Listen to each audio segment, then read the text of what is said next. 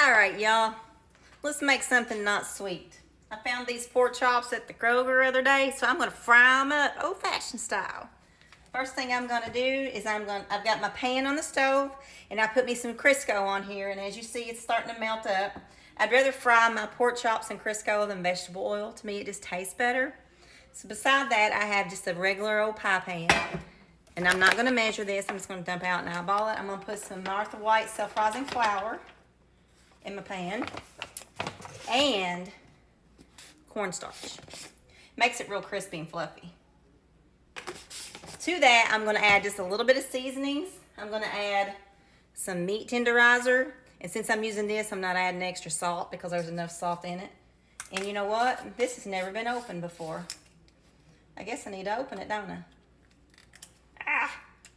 Here I go using my teeth again. Ah!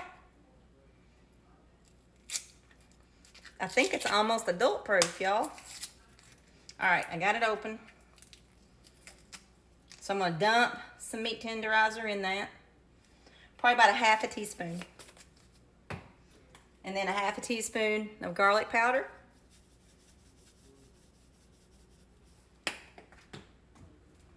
About a teaspoon of lemon pepper. And I love Pioneer Woman's lemon pepper. It is so good.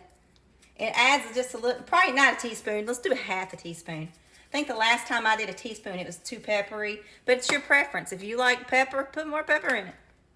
And then, as you know, I'm a Kinder's lover. And I'm going to use some buttery steakhouse in this. Probably about a half a teaspoon of this too. So this is what my breading looks like. I'm not even going to use an egg mixture. I'm just going to dump my pork chop in this, roll it up, and then fry it. I don't like the egg mixture on my pork chops, but I do my chicken. Weird. That's okay. We all do things different. I love getting on here making these videos. It's very good for me and my mentality while I'm fighting cancer. And I love being positive and promoting positivity. I think it's great. I like telling stories about my family. And I hope everybody is enjoying these videos as much as I am making them, because it just really does me good, y'all. It really does. And I'm loving the outpouring and the response of all the comments and messages y'all are sending me. They're so sweet, y'all. It makes my day. It really does. Let's see. It's not done yet. I'm gonna crank up my heat to medium high. Let this finish melting. Then I'll show you how I test it. Also, I made some homemade buttermilk biscuits, y'all. Got 15 of them going in a 450 oven for 15 minutes. And then after 15 minutes, I'm gonna put them on broil till they're golden brown, and then wipe on some real butter. Oh, I love these. I think I might make gravy too, y'all. So let me get these in the oven.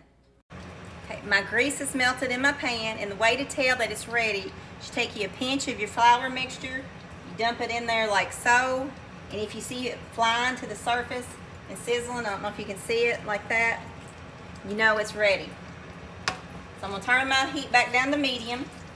I'll take my pork chop. I'm just gonna dredge it in my flour mixture, both sides, really good, and place them around each other in the pan. There it goes. Hear it? Can you hear it sizzling? You know I've got it to just the right temperature. And I'm gonna continue building this pan around. I'm probably gonna fry them 4 minutes on each side and then check them, because after you pull them, they're still gonna cook for a few more minutes. And we don't like dry meat. I want my meat moist. There goes number 2. Can you see them sizzling, y'all? The cornstarch does amazing things to the flour mixture. I really like the texture of it as well. All right, I'm gonna finish getting these in my pan. I'll probably cook 5 at a time because I don't want to overcrowd my pan. All right, there we go. We've got 5 in the pan. I'm gonna let them cook for about 4 minutes on each side. Then I'm gonna flip them in the microwave. I've got this in there as well, the cheesy cheddar. We've never tried this kind before. I usually buy the broccoli and cheese noodles. My family likes these. So I'm gonna have this, fried pork chops, homemade buttermilk biscuits, and gravy, and a can of corn. I think that's a good supper, don't y'all? I just flipped them for the first time. This is what they look like. So we're gonna let them cook about 4 to 5 more minutes on the other side. See what we get.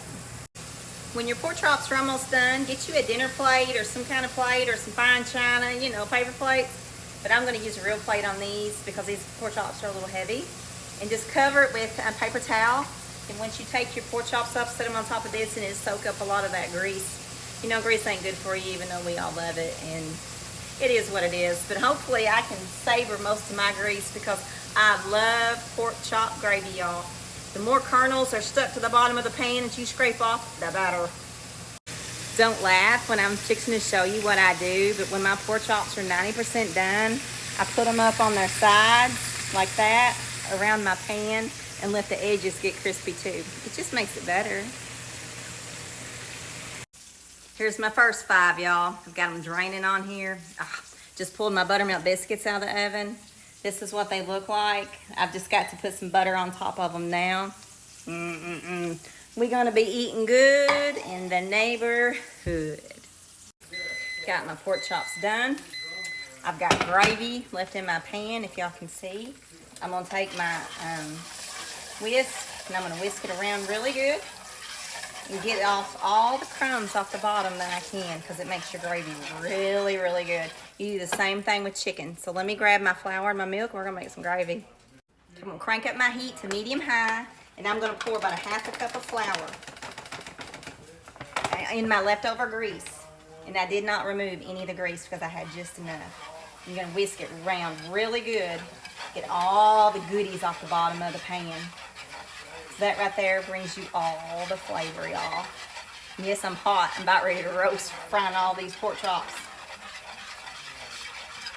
Stir, stir, stir, stir, stir, stir, stir. The harder you stir, the better. Like I said, get all the good stuff off the bottom of the pan. My husband don't like gravy. I know, I tell you all about him. But he'll eat chocolate gravy. Like, it took me years to get him to try it. And once he did, he liked it on a biscuit. But he will not eat white gravy, y'all. I mean, are you Southern if you don't like gravy? So I'm gonna sit here and I'm gonna let this brown for about a minute. I'm gonna add about a 1/2 teaspoon of salt, and that's it. And I'm just gonna get it to where the flour's cooked and it's the right color. When it's done, I'll show you. Okay, this is the color we like our gravy for the pork chop gravy. So I'm just gonna slowly add some milk into this and whisk as I pour. Probably about 2 cups of milk. So I'm gonna whisk this really good. I'm gonna turn my temperature down to medium and I'm just gonna let it cook. That's it, that's it. So hang on. All right, y'all, see how this is turning? Almost ready, about another minute, and then I'm gonna pour it in my bowl that I've got sitting beside me. And then we're gonna be ready to eat fried pork chops, homemade buttermilk biscuits, gravy, corn, and cheddar noodles. And this is done. Let me show you. This is the consistency that we like. I'm gonna pour it in my bowl, if you can see.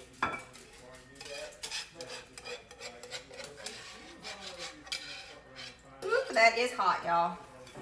And there we have homemade gravy. Pork chop gravy.